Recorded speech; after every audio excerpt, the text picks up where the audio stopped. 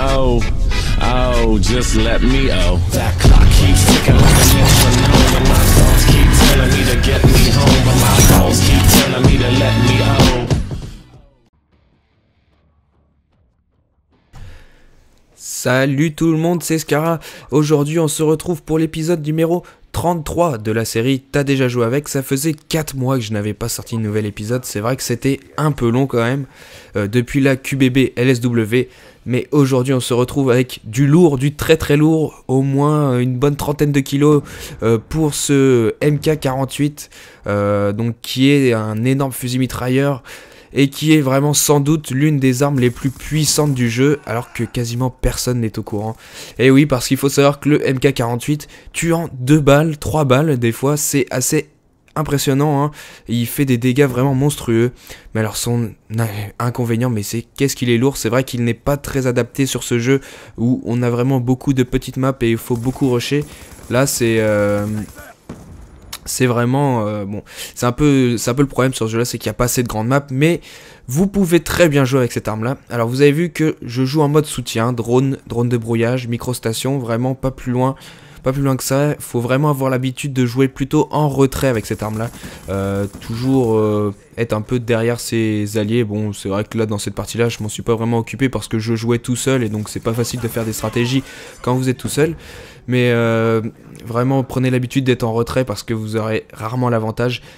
Ça met vraiment beaucoup de temps pour viser, et ça avec ou sans poignée ergonomique. J'ai essayé les deux, c'est franchement on voit quasiment pas la différence. Moi j'ai vraiment pas été du tout satisfait de la poignée ergonomique sur cette arme là. Et donc c'est pour ça qu'aujourd'hui je vous propose cette classe là. Alors je me suis vraiment servi de ce que nous offre Black Ops 2, c'est-à-dire vraiment une création de classe beaucoup plus personnalisable. Alors j'ai vraiment, enfin c'est rare que je fasse des classes comme ça, mais en tout cas voilà, je me suis vraiment servi de cette possibilité. Alors je vous décris tout de suite ma classe. Alors poids léger, bon bah ça c'est comme je vous l'ai dit, il faut gagner un maximum de vitesse. C'est vrai que avec poids léger ça s'améliore considérablement, même si on est encore un peu loin d'une vitesse d'une mitraillette, mais c'est déjà pas mal. Robustesse, comme vous en doutez, hein, franchement c'est un des meilleurs atouts d'eux. Quasiment indispensable pour pas tressailler, vraiment c'est vraiment très pratique. Et en troisième atout, alors j'ai mis conditions extrêmes et dextérité qui est vraiment pas mal aussi, parce que vraiment faut vraiment pas perdre de temps. Déjà que vous mettez vraiment beaucoup de temps à viser comparé à une mitraillette avec cette arme là, si vous n'avez pas dextérité, bon voilà, c'est un peu mort. Ensuite ce qui va être plus intéressant, c'est au niveau des accessoires. Alors les accessoires ils sont vraiment importants. Alors comme je vous l'ai dit, j'ai essayé la poignée ergonomique, mais j'ai pas trouvé ça vraiment concluant. On va dire que bon, ça apporte un léger mieux, mais c'est pas, bon voilà, ça vaut pas le coup, ça gâche un petit peu un accessoire. Autant mettre par exemple un silencieux qui, je trouve, ne réduit pas énormément la puissance. Vous voyez que vraiment je tue très très rapidement. Regardez cet ennemi là, hop, il est tombé en 2 balles, 3 balles, pas plus. C'est assez impressionnant. Ensuite j'ai mis le viseur réflexe. Alors vous pouvez mettre le viseur réflexe ou le viseur de votre choix, mais c'est quasiment indispensable de mettre un viseur parce que celui de base est vraiment dégueulasse. Il prend la moitié de votre écran quand vous visez, vous voyez plus rien autour. Donc vraiment un viseur absolument, c'est quasiment indispensable, même si c'est vrai que bon, un viseur c'est un petit peu bonus quoi. C'est vrai qu'on peut très bien jouer sans un viseur, mais là ça vous prend vraiment beaucoup de place, vraiment ça bouge votre champ de vision. Donc je vous conseille vraiment de mettre un viseur. Et ensuite j'ai mis le garde-main. Alors le garde-main, c'est vrai que j'aurais peut-être pu essayer de voir 100, mais j'ai trouvé que c'était quand même pas mal sur cette classe là. Il fait un bon effet je trouve. Peut-être qu'on aurait pu optimiser ça avec un autre accessoire. Je vois pas trop ce que j'aurais pu mettre d'autre. Là je réfléchis vite fait comme ça, mais c'est vrai que le garde-main était plutôt adapté.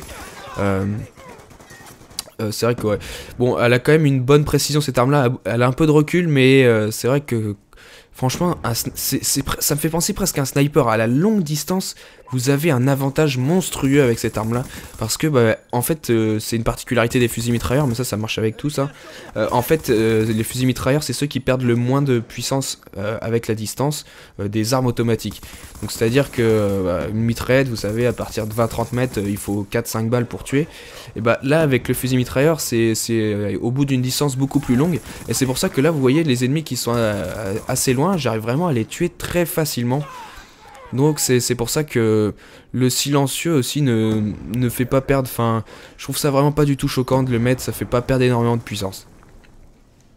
Donc pour pouvoir utiliser cette classe, il vous faudra aussi donc les atouts principaux suréquipés pour pouvoir mettre les 3 accessoires.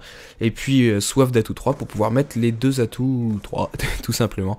Donc voilà, cette classe est assez originale. C'est vrai qu'on la croise pas tant que ça en multijoueur. Hein. Même si... Enfin, c'est quand même... on la croise, mais pas enfin, vraiment de temps en temps. Donc c'est pour ça que je vous conseille de jouer avec. Il faut la connaître cette arme là, faut au moins avoir joué au moins une fois avec, parce que vous allez voir que ça apporte un style différent de jeu. Et c'est pour ça qu'il faut jouer au fusil mitrailleur de temps en temps, même si peu de monde y joue. On fait des bonnes découvertes, des surprises, ça change un petit peu d'habitude, ça change du PDW, ça change de la MSMC ou je sais pas de vos fusils d'assaut préférés. Et il faut essayer ces fusils mitrailleurs qui sont vraiment... Et ils sont pas si mauvais que ça. Même si, comme je l'ai dit, ils sont pas vraiment adaptés à ça. C'est pas les mieux adaptés pour Black Ops 2 pour le rush. Il y a quand même moyen de faire des bonnes parties avec. Et c'est pour ça qu'il faut essayer. Voilà pour ce qui est de cet épisode. Qu'est-ce qu'on pourrait faire d'autre? Est-ce que vous avez des petites préférences pour les prochains épisodes? Vous pouvez me dire les armes que vous aimeriez bien voir. Et puis j'essaierai de m'en charger. On a malheureusement perdu cette partie. Alors que j'ai fait un score tout à fait honorable, hein, correct, pour du match à mort. Mais bon voilà, je suis pas tout seul dans la partie. Il faut aussi que les coéquipiers fassent le taf. Et ils l'ont pas fait, donc voilà. C'est comme ça. Je vous laisse là. À très bientôt pour un prochain épisode et une prochaine vidéo. Salut tout le monde!